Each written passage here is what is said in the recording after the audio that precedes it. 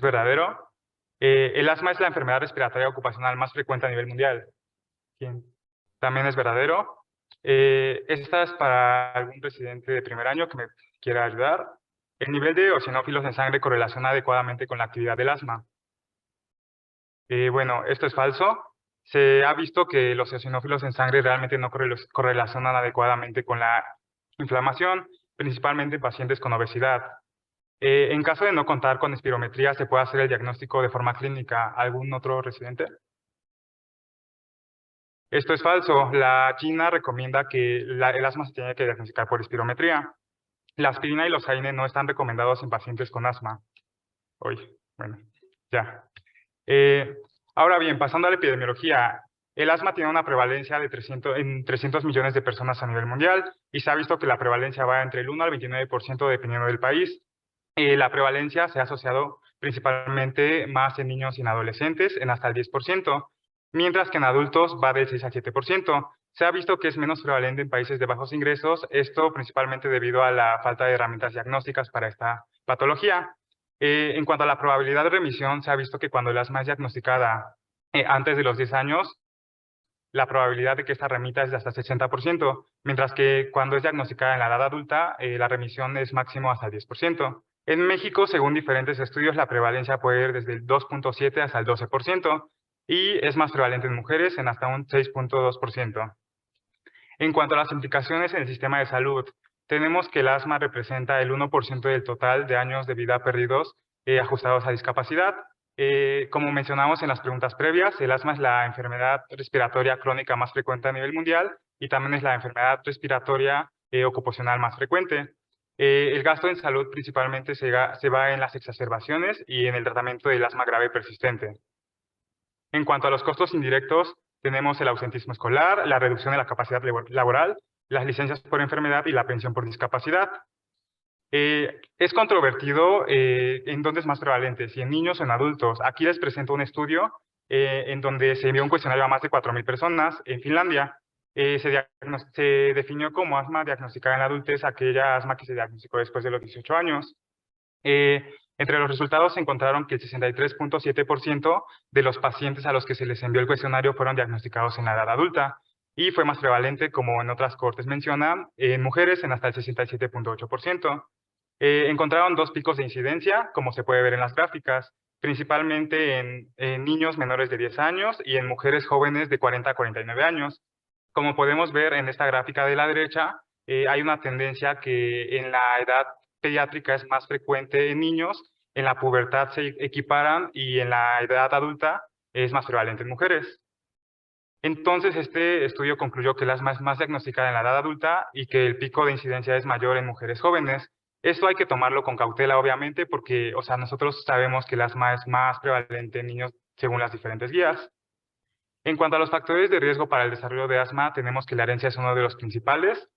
En diferentes estudios se ha visto que en gemelos hasta el 80% de los hermanos pues, van a tener este diagnóstico. También en cuanto a genética, se ha asociado que la presencia en el gen 17q12, los pacientes que presenten este gen van a tener mayor prevalencia de asma.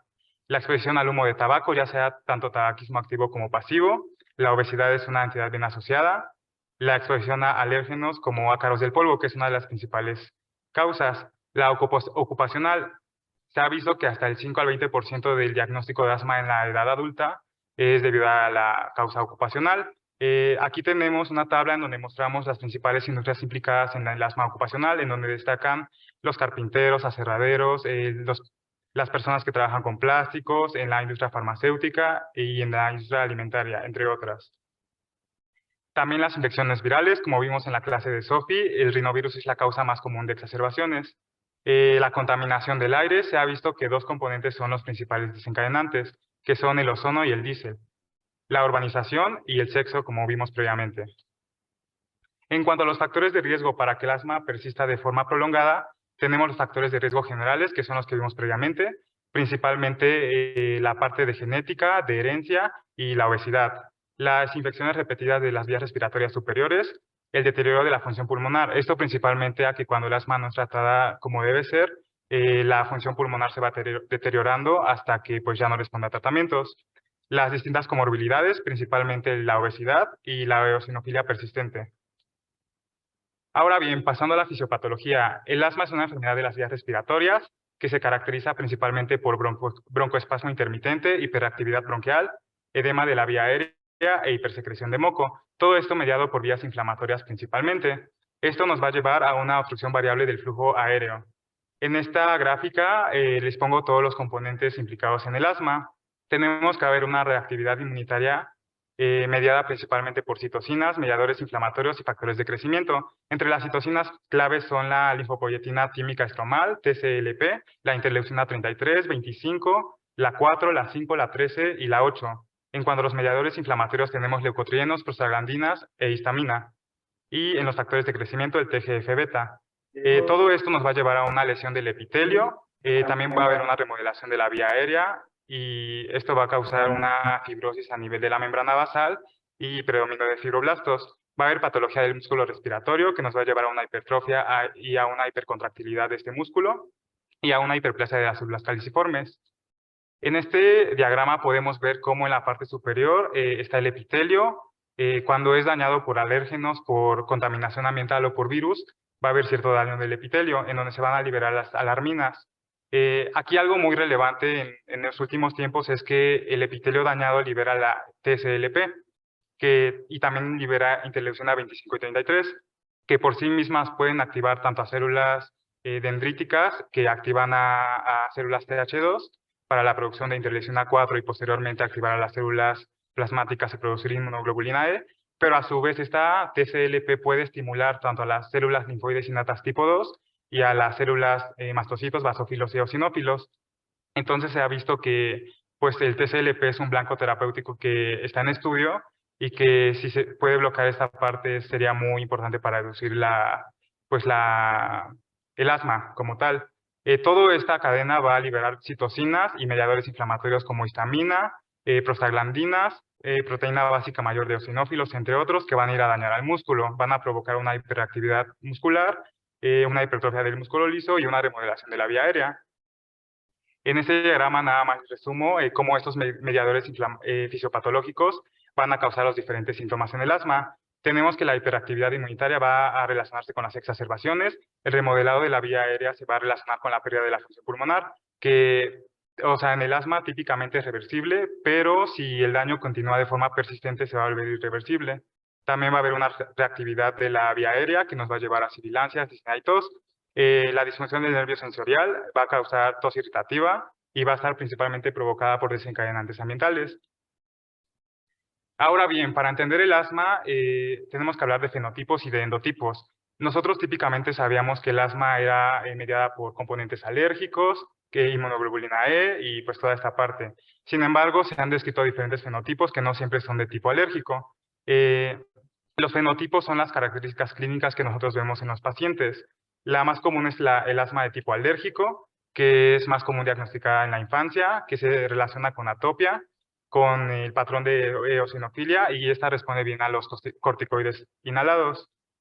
Tenemos el asma no alérgica, que generalmente va a ser un asma de tipo neutrofílico o con pauranulocítico. Va a haber una poca respuesta a esteroides inhalados. Tenemos el asma de inicio tardío, que va a ser más común en adultos, principalmente en mujeres. Va a ser de tipo no alérgico, se relaciona mucho con la parte ocupacional y va a ser refractaria generalmente a esteroides. La parte de asma con limitación persistente del flujo aéreo, que va a ser un asma de tipo prolongado, y el asma con obesidad. En este tipo de asma es que va a haber síntomas respiratorios prominentes, como la disnea o la opresión torácica, y también se va a relacionar con niveles bajos de eosinófilos en sangre, justo lo que les decía que los eosinófilos no correlacionan adecuadamente con la inflamación. Tenemos también los endotipos. Se han descrito dos endotipos, T2 y no T2. T2 se refiere a toda esta parte eosinofílica. En esta parte entra el asma de tipo alérgico de inicio temprano, que es el asma alérgica típica, el asma eosinofílica de inicio tardío o el asma respiratoria exacerbada por aspirina. Se ha visto que ciertas personas tienen alteradas las vías de ciclooxigenasa, en donde hay una disfunción de prostaglandinas de forma basal. Si a una persona le damos aspirina, puede que estos niveles de prostaglandina incluso disminuyan y esta parte va a estimular a los mastocitos y a las interleucinas a reaccionar y va a haber un mayor aumento de la reactividad bronquial. También tenemos que, bueno, esta es mediada por TH2, por eosinofilia, y aquí son muy útiles la IgE y la FeNO, que vamos a ver más adelante. Y aquí entra lo que se llama la triada de Samter. No sé si recuerdan qué es esta triada. Bueno, esta triada se caracteriza por la presencia de asma, rinosinusitis crónica con pólipos nasales y alergia a la aspirina, que se presenta más o menos en 10% de las personas con asma. En cuanto al fenotipo NOT2, va a estar mediado por una inflamación de tipo no eosinofílico. Van a entrar en esta parte los fenotipos no atópico, asma de inicio tardío, asma en fumadores, en personas obesas o en personas adultos mayores. Y esta generalmente es mediada por la respuesta inflamatoria TH1 y TH17 y con un patrón neutrofílico. Y aquí no van a ser características las interleucinas 4.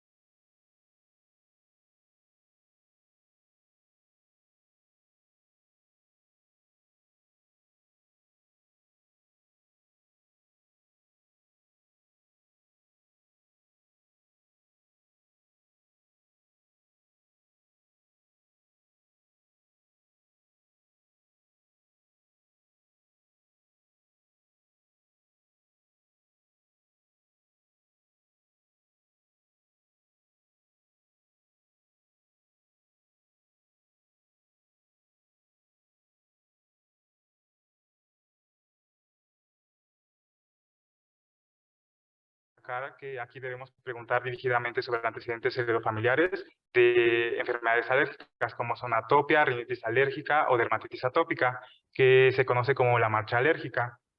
La exploración física generalmente es normal y a veces se pueden encontrar sibilancias expiratorias e incluso en algunos pacientes es difícil encontrar esas sibilancias y solamente se pueden conseguir por respiraciones forzadas.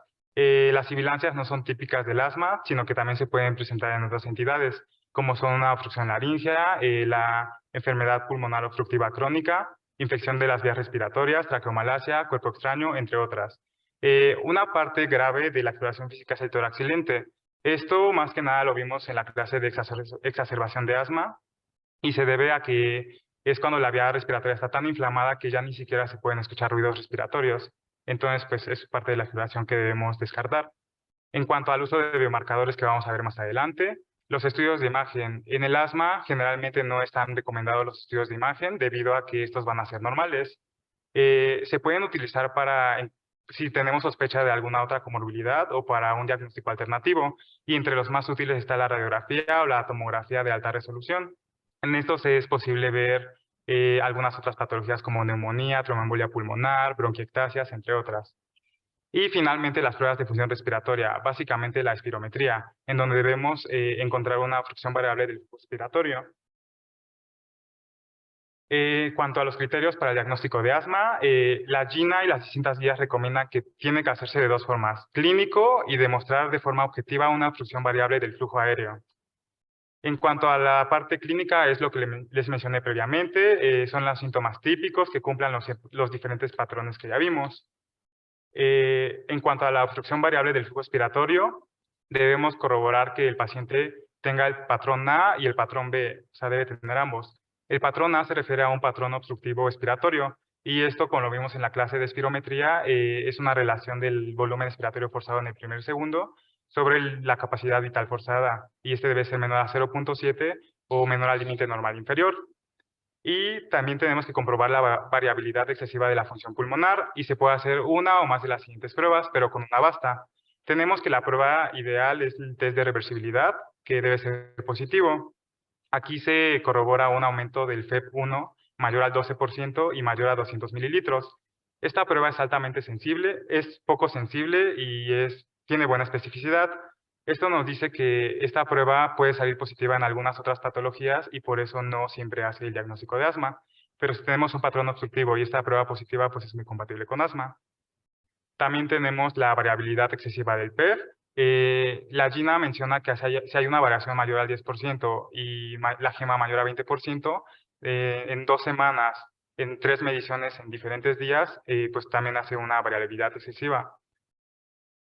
Otras pruebas muy utilizadas son la prueba de provocación bronquial. Aquí tenemos varias pruebas, entre ellas la dosis estándar de metacolina, en donde si corroboramos una caída del FEP1 mayor al 10%, es compatible con asma. Esta prueba es muy sensible, pero es poco específica y también puede salir positiva en enfermedades como rinitis alérgica, como fibrosis quística, como displasia broncopulmonar o en la enfermedad pulmonar obstructiva crónica. Y la caída del del FEP1 mayor al 15% en pruebas de hiperventilación, de manitol o de solución salina hipertónica es otra prueba que se puede realizar. Ahora bien, la monitorización del flujo expiratorio pico. Este se recomienda únicamente en personas con asma grave. Aquí tenemos un aparato en donde se va a llevar, el puntito rojo se va a llevar hasta el nivel inferior, es decir, 0. El paciente va a tomar una inspiración profunda y después va a soplar y vamos a ir viendo el nivel que tiene el paciente. Esta prueba se recomienda porque es barata, cuesta más o menos $10 y pues tiene buena efectividad para ver la variabilidad en el asma. En cuanto a los marcadores de laboratorio, si sospechamos de una asma alérgica, tenemos que ver la sensibilización alérgica. Aquí entran las pruebas cutáneas y la IgE sérica específica. En cuanto a las pruebas cutáneas o la IgE sérica, se ha visto que tienen la misma sensibilidad, pero se prefieren las pruebas cutáneas porque son un poco más baratas. En cuanto a la inflamación T2, que como les mencioné anteriormente es el fenotipo más estudiado, y aquí la GINA nos recomienda que se debe encontrar una eosinofilia en sangre mayor a 300 células por microlitro o una fracción expirada de óxido nítrico mayor a 25 partes por billón. Sin embargo, la mejor prueba para detectar inflamación tipo T2 es la inducción del esputo, en donde debemos encontrar eosinófilos mayor al 3%. No obstante, esta prueba no es tan fácil de hacer y por ello se prefiere en sangre. La FeNO es un marcador muy útil porque nos indica qué tanta inflamación hay en la vía respiratoria. Sin embargo, puede estar elevada en algunas otras situaciones, no exclusivamente en T2, por ejemplo, en bronquitis eosinofílica, en atopia, en rinitis alérgica o en dermatitis atópica. Y puede estar disminuida en otras patologías como en fumadores o en personas con obesidad. Hay algún otro tipo de marcadores que están en desarrollo aún, como la periostina, que es una proteína de matriz extracelular que correlaciona con la actividad de interleucina 4 y 5 a nivel de fibroblastos pulmonares. Esta sería útil para ver la respuesta a terapia biológica, pero aún no está en utilización como tal. Aquí les resumo un algoritmo de la Guía Española de Manejo del Asma, donde tenemos que si un paciente tiene síntomas asmáticos, lo primero que debemos hacer es una espirometría con prueba broncodilatadora. Si tenemos un patrón obstructivo y una respuesta broncodilatadora positiva, hacemos el diagnóstico y podemos empezar a tratar como asma. Si la respuesta broncodilatadora es negativa, podemos hacer la prueba del FeNO, que en esta guía sí lo recomienda, en la GINA no está tan recomendado, y aquí el corte son 40 partes por billón. Si es positivo, indica que hay mucha inflamación de tipo T2 y podría tener una buena respuesta al tratamiento de asma. Van otras preguntas para los compañeros R1. Una FeNO elevada en un paciente que usa esteroides inhalados indica un buen apego terapéutico. ¿Verdadero o falso? Ok, esto es falso, porque se supone que si un paciente tiene una FeNO elevada y le dan esteroides, en teoría tendría que reaccionar bien y disminuir la inflamación. Si la FeNO persiste elevada es porque no está o tomándose bien el tratamiento o no lo está usando de forma adecuada. Los biológicos actúan únicamente contra el fenotipo T2. Ok, esto es falso. Hasta hace 2 años se había visto que la terapia biológica únicamente reaccionaba para el fenotipo T2. Sin embargo, hay desarrollo de nuevos anticuerpos monoclonales que ya se vio que fueron efectivos para también el fenotipo no T2. El uso de SABA o esteroides inhalados con formoterol como tratamiento de rescate tiene la misma eficacia para el control de síntomas. Esto es verdadero. Vamos a ver más adelante que la GINA propone 2 tracks, el track 1 y el track 2, en donde la diferencia es el uso de los rescates. Se ha visto que para el control de síntomas tienen la misma efectividad, la diferencia es en el número de exacerbaciones. No existe un tratamiento médico eficaz para controlar el asma no T2, o sea, el asma neutrofílica. ¿Esto es verdadero o falso?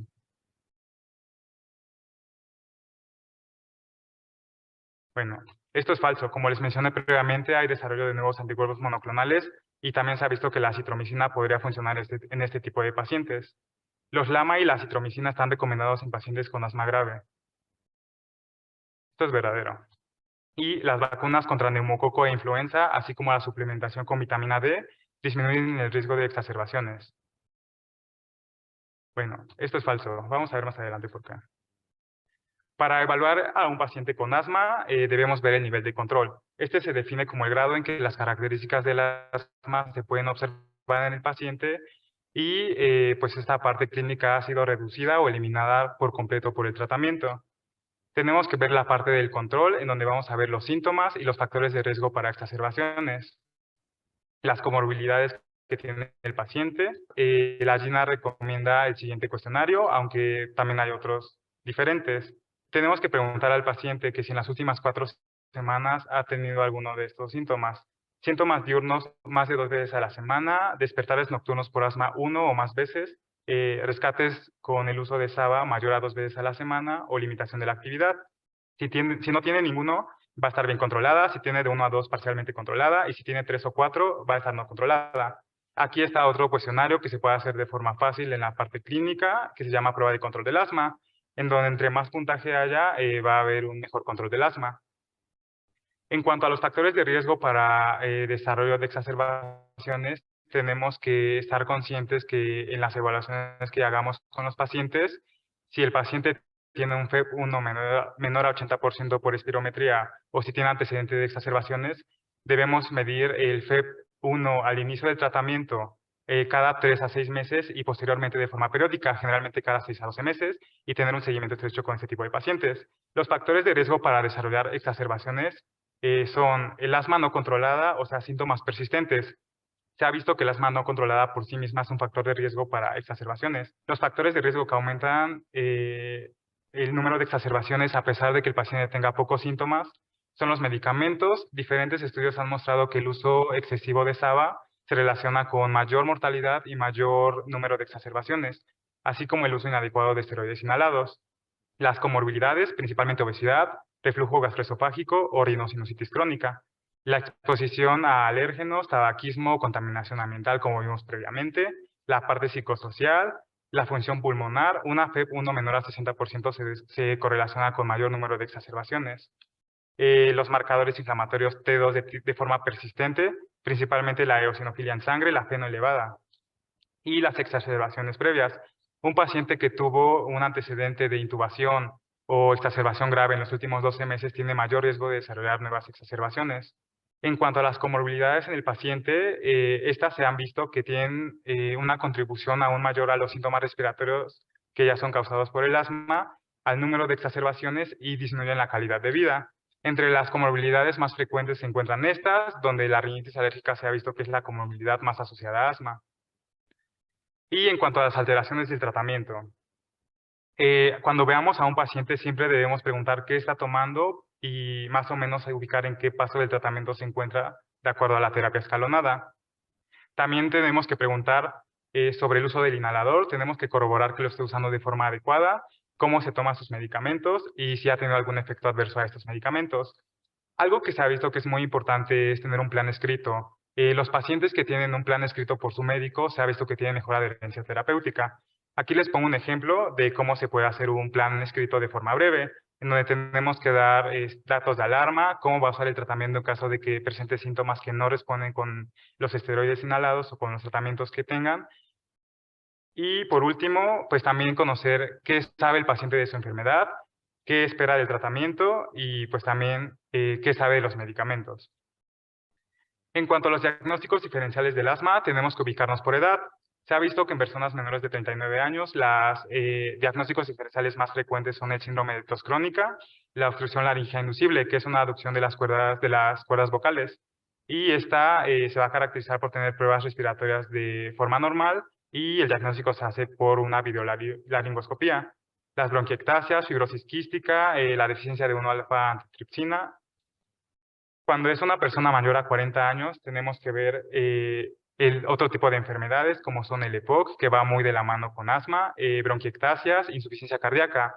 Se podría sospechar en insuficiencia cardíaca debido a que un paciente puede presentar despertares nocturnos por la disnea paroxística nocturna, disnea de reposo, entre otras, pero debemos hacer una evaluación clínica para pues, poder diagnosticar correctamente al paciente. Y a cualquier edad, una infección crónica por tuberculosis o infección por Bordetella pertussis. Ahora bien, pasando a la parte de tratamiento, la GINA recomienda seguir el siguiente diagrama para tener un tratamiento adecuado con los pacientes. La primera parte es evaluar. Tenemos que confirmar el diagnóstico. Si es necesario, se ha visto que hasta un 30% de pacientes que tienen el diagnóstico de asma realmente no lo tienen. Y esto lleva a que sean tratados de forma inadecuada y pues que sea un mayor gasto al sistema de salud. También tenemos que controlar los síntomas y los factores de riesgo.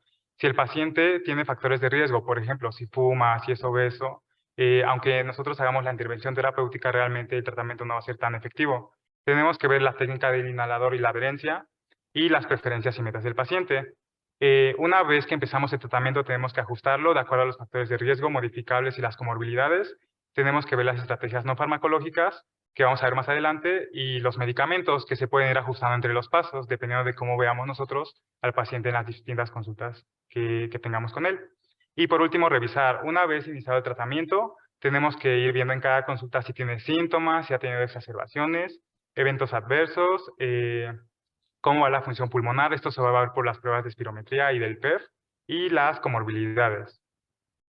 En cuanto a si a usar esteroides inhalados o los ABA, se ha visto que los esteroides inhalados por sí solos reducen el número de exacerbaciones, el número de hospitalizaciones, el uso de esteroides orales y el número de visita a urgencias, así como hay un aumento en la adherencia terapéutica con la terapia MART o SMART que vamos a ver más adelante, o la consistencia entre los pasos terapéuticos.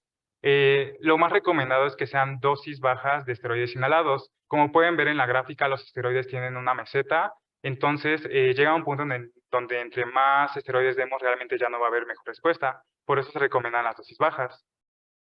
Aquí les presento un estudio en donde se vio cómo los ABA podían tener o cómo estaban asociados a las distintas exacerbaciones. Fue un estudio multicéntrico con más de 8.000 pacientes en 24 países. Se mandó un cuestionario a estos pacientes y se les preguntó sobre el uso de SABAs, cómo se los habían recetado, qué tanto compraban este tipo de inhaladores y cómo iban en la parte clínica. Se realizó en personas mayores de 12 años y se evaluó en los últimos 12 meses esta parte clínica. Entre los resultados se encontró que el 76.5% de los pacientes tenían asma moderada grave, que el 1 tenía, que el 45.4% tuvo más de una exacerbación en el último año y que el 38% usó más de 3 inhaladores al año.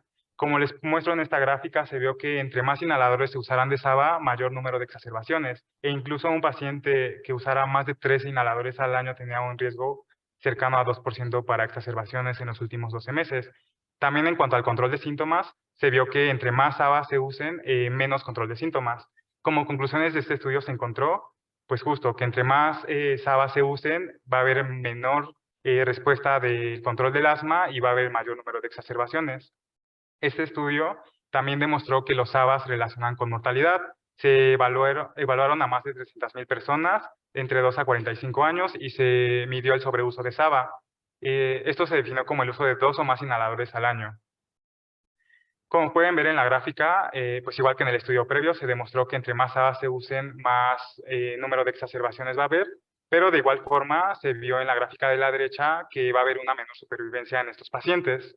Como conclusión es que pues el sobreuso de SABA se relaciona con mayor mortalidad y que debemos estar muy atentos sobre cómo prescribimos los SABAs.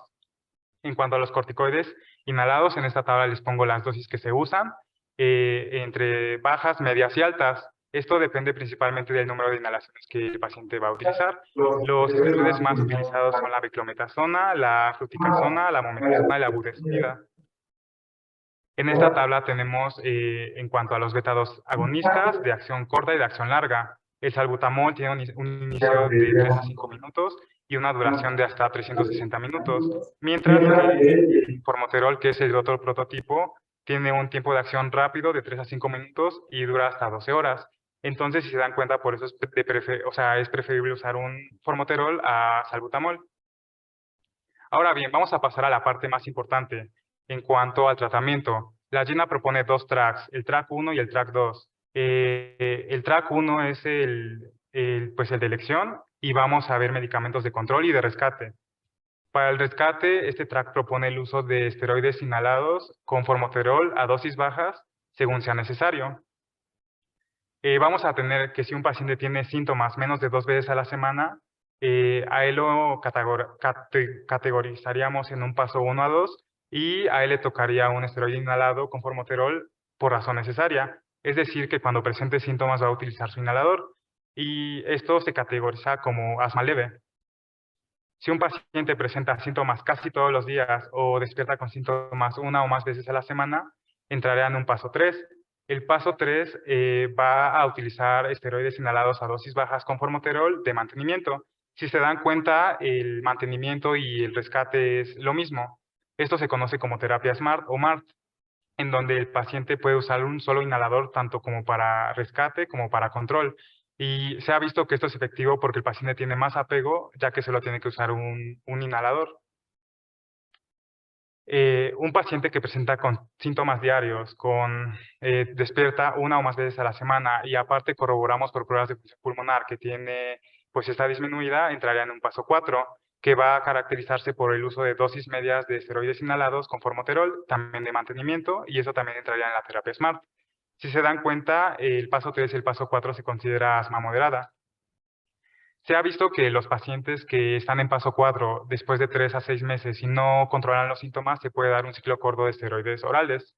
Y también, como mencionó en la clase de Sophie, un paciente que tiene una exacerbación aguda, una vez que se resuelva esta, debemos iniciar el tratamiento en un paso 3 o en un paso 4, evaluarlo la siguiente semana y de ahí llevar un control.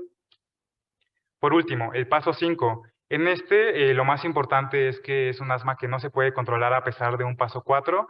Y aquí lo más importante es referir a un especialista para caracterizar el fenotipo, el endotipo y ver el inicio de terapia biológica. Aquí se puede agregar un LAMA y se pueden considerar dosis altas de esteroides inhalados. Algunas otras terapias que se ha visto que podrían ser de utilidad son los antagonistas de los receptores de leucotrienos, aunque realmente esto está cada vez más en desuso, y la acitromicina. En cuanto al track 2, aquí en los rescates se propone que sean con SABA o con SABA con esteroides inhalados. Este track es únicamente útil para pacientes que no han tenido exacerbaciones en los últimos 12 años o que están bien controlados. Pues aquí va a ser muy parecido al previo, en donde vamos a ver que un paciente con síntomas menos de 2 veces al mes va a utilizar SABAs por razón necesaria. Si tiene 2 o más veces al mes síntomas, pero menos de 4 a 5 veces a la semana, va a entrar a un paso 2 y va a tener dosis bajas de esteroides inhalados de mantenimiento. Aquí la verdad no difiere demasiado respecto al otro track y pues los tratamientos alternativos son iguales. Aquí les dejo el esquema terapéutico que se puede utilizar. Dependiendo del paso vamos a ver qué medicamento se recomienda, también dependiendo de la edad y cuántas inhalaciones vamos a dar. Como les dije previamente, se dice que es una dosis media, baja o alta, dependiendo de cuántas inhalaciones le da el paciente en un día. Por ejemplo, un paciente en paso 4 se recomienda que le dé 2 inhalaciones 2 veces al día y la inhalación de rescate si es que llegara a tener síntomas. Ahora bien, el tratamiento por biomarcadores. Esto está en debate. Realmente se ha visto que son bastante útiles porque ofrecen la posibilidad de estratificar el riesgo, orientar el tratamiento y reducir el número de exacerbaciones. Sin embargo, se ha visto que algunos pacientes no tienen tan buena sensibilidad para el uso de biomarcadores y básicamente se recomienda en pacientes con asma grave. Vamos a ver que la FeNO se puede usar tanto para el diagnóstico de asma, como vimos en el algoritmo de la Sociedad Española, y también para predecir la respuesta a esteroides. Un paciente que tiene una FeNO elevada habla de que tiene una inflamación de tipo T2, entonces lo más probable es que este paciente responda a esteroides. También se ha visto que, justo como vimos en la pregunta, un paciente que no responde adecuadamente a esteroides y tiene una FeNO alta, habla de que no hay una adherencia terapéutica adecuada. En cuanto a los LAMA, antagonistas muscarínicos de acción de larga duración, tenemos que están indicados en un paso 3, paso 2 o 3, si a pesar de un tratamiento óptimo hay persistencia de los síntomas, si hay síntomas a pesar de dosis medias a altas de esteroides inhalados o si el asma es grave. Y esto se conoce como la terapia triple, que son esteroides inhalados, LABAs y LAMAs. Entre las ventajas de esta terapia es que reduce el número de exacerbaciones en el asma moderada grave y que tiene una ligera mejoría en la función pulmonar. No obstante, no se ha visto que haya diferencia en cuanto a la mortalidad y tiene algunos efectos adversos como boca seca o disfonía. Les presento este estudio que salió en JAMA el año pasado. Es una revisión sistemática y metaanálisis en donde se estudiaron 20 ensayos clínicos aleatorizados y utilizaron 3 tipos de lama, principalmente con tiotropio. Entre los resultados se encontraron que el uso de terapia triple se relacionaba con una disminución de las exacerbaciones, con una mejoría de los síntomas, pero no había diferencia en la calidad de vida ni en los efectos adversos, tampoco en mortalidad. Aquí en esta gráfica podemos ver cómo este metaanálisis recomienda, o sea, sí favorece el uso de la terapia triple para reducir el número de exacerbaciones. Asimismo, tenemos cómo el número de exacerbaciones se reduce en pacientes que usan terapia triple. Y aquí tenemos cómo el control de los síntomas también mejora ligeramente con el uso de terapia triple, aunque realmente, pues si se dan cuenta en la gráfica, muchos estudios realmente no encontraron una significancia estadística. Y finalmente en la calidad de vida, aquí sí no se encontró diferencia, o sea, queda igual usar una terapia triple o una terapia dual. Como conclusión tenemos que en niños y en adultos con asma moderada a severa, la terapia triple estuvo asociada con menos exacerbaciones graves y con una mejoría leve a moderada del control de los síntomas, pero no hay diferencia en la mortalidad. En cuanto a los efectos adversos del tratamiento, principalmente de los esteroides, debemos tener muy en cuenta la neumonía, la osteoporosis y la insuficiencia suprarrenal. Esto, como mencioné previamente, depende de la dosis y generalmente en el asma se recomienda una dosis pues baja. Las dosis altas se definen como mayor a 1600 de beclometasona según las guías de la Sociedad Americana de Tórax o mayor a 800 de beclometasona según la GINA. Esto sería equivalente a más o menos 5 a 8 miligramos de prednisona al día por vía oral. Y también debemos tener cuidado con los medicamentos inhibidores del citocromo P450 porque aumentan los efectos adversos. En cuanto a otras definiciones, vamos a hablar del asma descontrolada. Esta se define como un asma de pobre control de los síntomas o que tiene exacerbaciones frecuentes. La GINA menciona que de 100 personas, 24% tiene un tratamiento de alta intensidad, que se define como el uso de esteroides inhalados con LABA o o que se le agrega también un esteroide oral. De este 100%, 17% va a tener una asma difícil de tratar, que se define como dificultad para tratar el asma a pesar de un tratamiento de alta intensidad. Pero aquí es importante recalcar que hay pacientes que tienen una adherencia terapéutica subóptima o una técnica incorrecta del inhalador.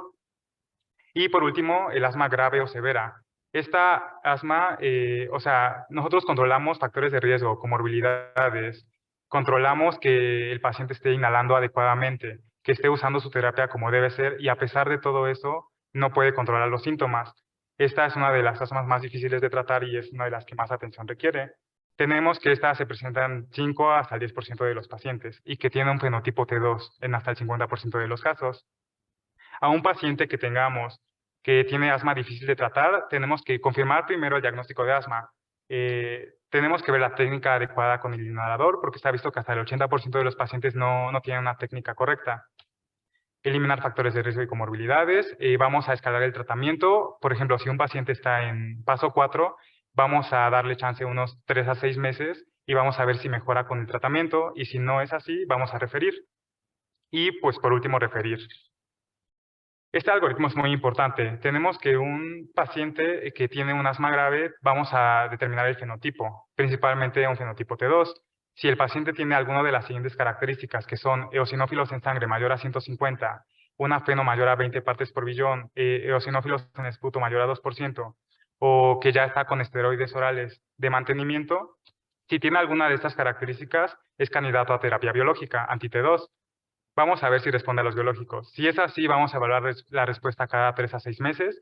Si es que tomaba esteroides, vamos a ver la forma de reducir esta dosis y vamos a reevaluar la necesidad de utilización de biológicos.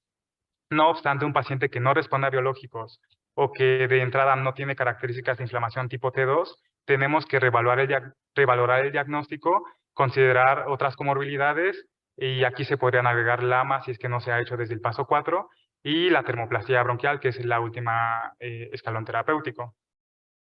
La terapia biológica se ha visto que reduce el número de exacerbaciones, todos los biológicos reducen esta parte, disminuyen la utilización de dosis de esteroides inhalados, principalmente el omalizumab, las hospitalizaciones, las dosis de esteroides orales y ayudan al control de síntomas y a la función pulmonar. En esta tabla les dejo un resumen de todos los biológicos que se utilizan actualmente para el tratamiento de asma, destacando los anti-IgE, los anti-IL-5 o receptor de IL-5 y el dupilumab, que es un antagonista del receptor de interleucina 4. El más conocido es el omalizumab, que se indica nada más en asma alérgica severa. Del lado derecho están las dosis y bueno, diferentes estudios han evaluado la efectividad de la terapia biológica.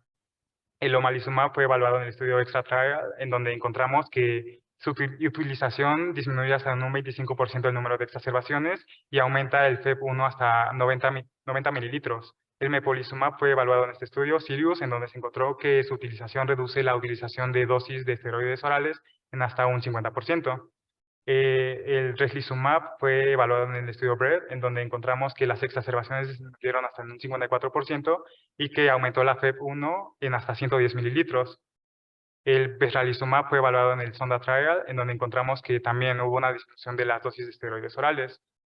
Y por último, el Tupilumab fue evaluado en el estudio Venture, en donde encontramos que hubo una reducción de la dosis de esteroides orales. Lo que les mencionaba previamente, el nuevo anticuerpo monoclonal que está muy en estudio y que pues es toda una joya, es el tezepelumab, porque se ha visto que, bueno, este fue evaluado en un estudio multicéntrico, fase 3, aleatorizado, doble ciego, en donde se evaluaron a más de 1000 pacientes.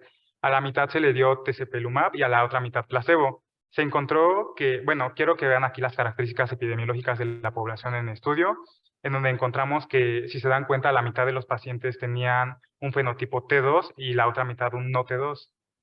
Y se vio que el uso de este anticuerpo mejoraba tanto la sintomatología, las exacerbaciones, en cualquier tipo de pacientes, de cualquier endotipo. También mejoró la FEV1 hasta 110 mililitros. En conclusión, el tezepelumab se utiliza en pacientes con asma grave descontrolada y se asocia con menos exacerbaciones, con una mejoría de la función pulmonar, con un control del asma, mejor calidad de vida y lo más característico es que se puede utilizar en cualquier fenotipo. El uso de la acitromicina. Se ha visto que también el uso de acitromicina reduce el riesgo de exacerbaciones independientemente del endotipo inflamatorio. Y pues aquí también es importante considerar que hay efectos secundarios que debemos evaluar, principalmente las alteraciones gastrointestinales, la resistencia a antibióticos por el uso de estos, la prolongación del QT y la pérdida auditiva irreversible.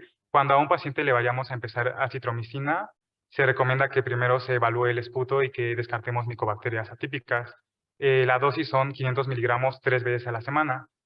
En este estudio se evaluó, bueno, fue un ensayo aleatorizado, doble ciego, controlado por placebo, en donde se evaluó el uso de 500 miligramos de acitromicina 3 veces a la semana en más de 400 pacientes. Entre los resultados se encontró que la acitromicina reduce las exacerbaciones y mejora la calidad de vida, como se puede ver en estas gráficas. En la gráfica de la izquierda, en la parte superior, tenemos que se redujo el número de exacerbaciones respecto a placebo. También que se puede utilizar en cualquier endotipo o fenotipo, incluso en asma no eosinofílica. Y bueno, esta es la conclusión, que un paciente que tenga asma grave descontrolada, el uso de acitromicina sí reduce las exacerbaciones, sí mejora la calidad de vida y también reduce el número de infecciones de vías respiratorias. Sin embargo, pues tampoco disminuye mortalidad. Finalmente tenemos la termoplastia bronquial, que es el último escalón terapéutico. Aquí tenemos que se hace una ablación por radiofrecuencia, donde la finalidad es reducir la masa de las células de músculo liso que se encuentran en los bronquios. Esto a su vez va a aumentar la luz del bronquio y va a mejorar la función respiratoria. Sin embargo, entre sus desventajas es que posterior al procedimiento va a haber un mayor número de exacerbaciones graves. Finalmente, las intervenciones no farmacológicas que se ha visto que son efectivas son el dejar de fumar, que es una recomendación 1A, utilizar la técnica adecuada en el inhalador, la actividad física, sí se recomienda que los pacientes con asma realicen actividad física. Obviamente, pues antes de hacer esta actividad, usar un rescate de un broncodilatador. Se ha visto que algunos ejercicios de respiración, principalmente pavoro-buteico, mejoran la función pulmonar y las pruebas de función respiratoria. La educación al paciente y a la familia, evitar la exposición. Por ejemplo, si es asma ocupacional y es parte de su trabajo, pues que use protección. evitar los medicamentos como los IECAS o los beta bloqueadores, que también se ha visto que están asociados con mayor número de exacerbaciones, reducir el peso y tratar la ansiedad y estrés.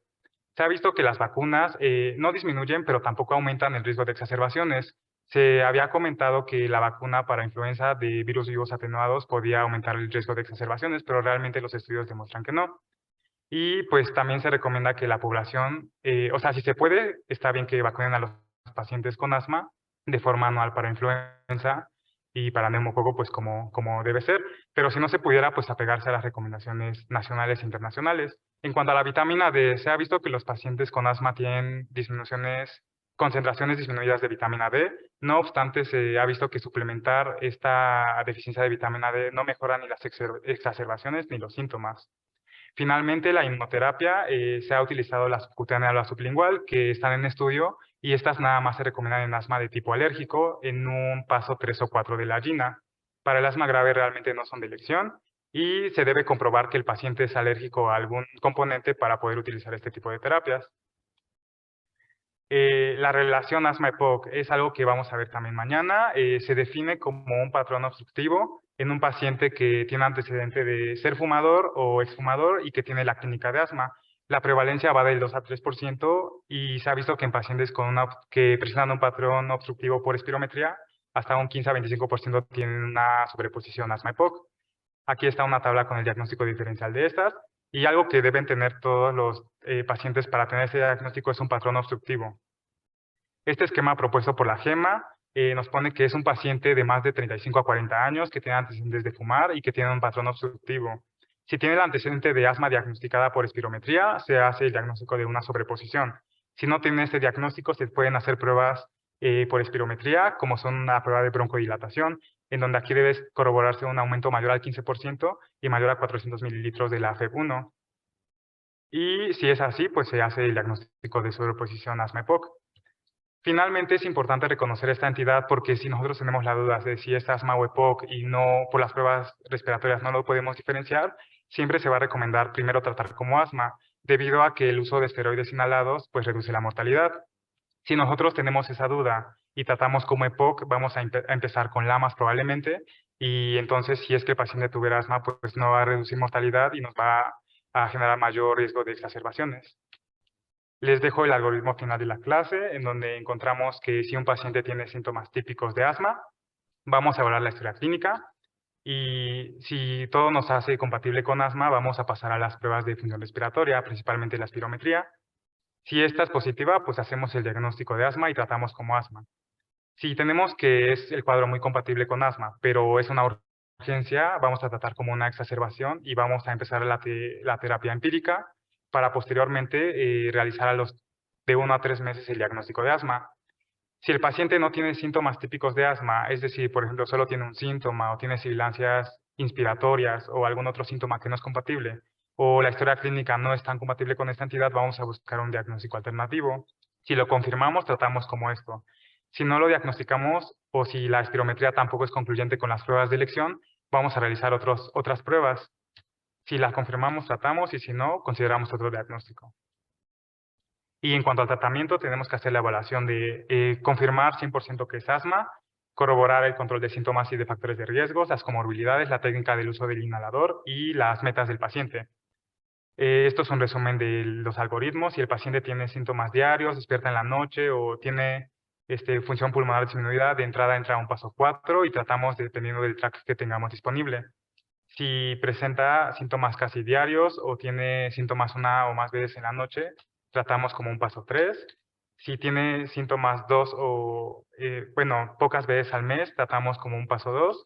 O si no tiene ningún síntoma o son menos de 2 veces al mes, tratamos como un paso 1, dependiendo del track que queramos elegir. Si de entrada con alguno de estos tracks no se controla y llegamos hasta el 4 y no se controla, pasamos al paso 5, donde referimos, empezamos LAMA, citromicina y biológicos. Ahora bien, para concluir, las conclusiones de la clase son las siguientes. Debemos tener en cuenta que el asma es la enfermedad respiratoria crónica más prevalente a nivel mundial y también la principal causa de enfermedad ocupacional de tipo respiratorio. Es por ello que es importante diagnosticarla correctamente y tratarla como debe. La espirometría es el diagnóstico de elección en el asma. Los esteroides inhalados son la piedra angular del tratamiento. Debemos individualizar el tratamiento, principalmente basándonos en cómo está controlando los síntomas, en qué escalón terapéutico se encuentra y de acuerdo a las pruebas respiratorias. Y también reconocer el asma grave, saber cuándo el asma no se puede controlar y referir adecuadamente al especialista para empezar la terapia más adecuada. Y eso es todo. ¿Tienen alguna duda o pregunta?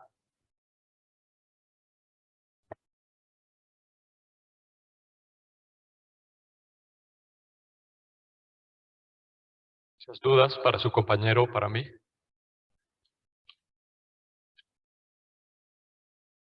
Sí, adelante.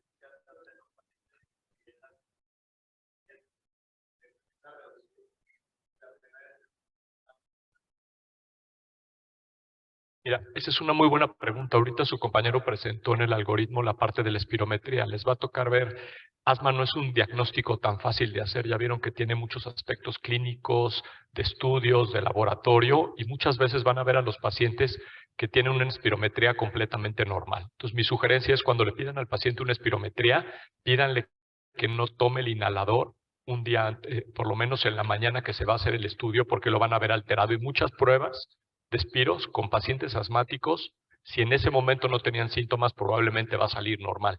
Entonces, la espirometría es un muy buen parámetro, sobre todo cuando hacen la prueba de broncodilatador para ver si tiene reversibilidad, pero no lo utilicen 100% para diagnóstico. Más bien no se queden con la idea de que si la espirometría es normal, el paciente no tiene asma. Hay que evaluar varias cosas desde el principio, la historia clínica, ver qué antecedentes de alergia tiene, cuándo empezó con los síntomas, pídanle exámenes de laboratorio, vean en la BH los eosinófilos, el porcentaje de eosinófilos. Muchas veces cometemos el error que vemos el número de eosinófilos y vemos, por ejemplo, para nosotros considerarlos altos o que el paciente pueda tener buena respuesta al broncodilatador o al esteroide más bien, 3%, y muchas de las pruebas de laboratorio 3% ni siquiera lo considera como anormal, ¿no? Entonces, eosinófilos, medir IgE, medir eosinófilos en moco nasal también puede ser útil en la medida de lo posible, y si ya es algo a lo mejor un poquito más interno, hacer una prueba especial para medir la fracción, el feno. Eso también es importante poderlo medir y sobre todo que esto lo mide en partículas por millón, sobre todo para poder medir el grado de inflamación. También su compañero tocó un tema muy interesante que es el asma grave. Ahorita en la actualidad creo que la mayoría de los congresos y eso se están enfocando mucho a este tema de asma de difícil control o asma grave. El paciente que ya lo tienes con dosis altas de esteroide o incluso con dosis altas de esteroide oral y los pacientes no se les quitan los síntomas, no responden. Entonces son buenos candidatos para terapias biológicas, ¿no? Entonces ya vimos que están saliendo muchos medicamentos nuevos de terapia biológica que han dado muy buenos resultados. Creo que el de los dos mejores es benralizumab, porque bloqueó eosinófilos casi en la totalidad. Entonces los pacientes permanecen con una inyección cada 2 meses, los pacientes permanecen asintomáticos mucho tiempo. Y en Estados Unidos y en otros países empezaron a lanzar tezepelumab, el que les presentó del trabajo del New England, que ese medicamento está muy bien porque bloquea la inflamación muy alta, muy arriba, a nivel de TSLP en esa enzima. Entonces tiene la ventaja de que ese medicamento se lo puedes dar tanto a pacientes que sean TH1, que sean asma alérgica o que sean de predominio neutrofílico o que no tengan ningún predominio, ¿no? Entonces, como ven, ha ido cambiando mucho el panorama de lo que teníamos de asma. Otro punto que también tocó su compañero interesante, en las guías GINA ya no se le utiliza salbutamol, ya vimos los efectos adversos de utilizar el salbutamol solo. Les van a llegar muchísimos pacientes que solo utilizan salbutamol, quítenselo, suspéndanselo. Ya vimos que el de elección es la combinación de formoterol con budesonida, e incluso la terapia MART o la terapia SMART, que tú le puedas dar por razón necesaria, porque es muy difícil que tú puedas tener al paciente todo el año con el corticosteroide inhalado, ¿no? Entonces, ya no utilicen salbutamol solo, ya vieron que es deleterio, que tiene efectos adversos y que no se debe de utilizar. No sé si quedó bien si contesté la pregunta. ¿Alguna otra? ¿Alguna otra para su compañero o para mí?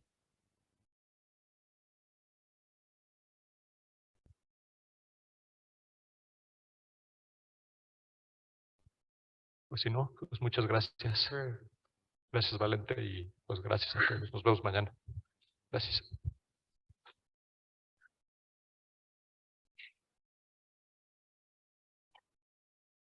¿No? ¿De qué?